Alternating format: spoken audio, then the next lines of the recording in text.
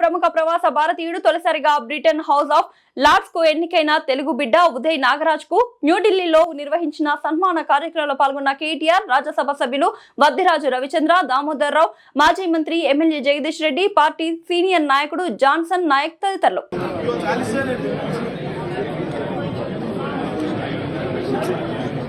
Thank you.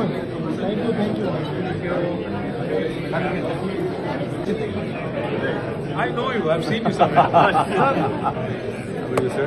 Sorry. Sir. One second. Sir. One photo. Sir, one photo.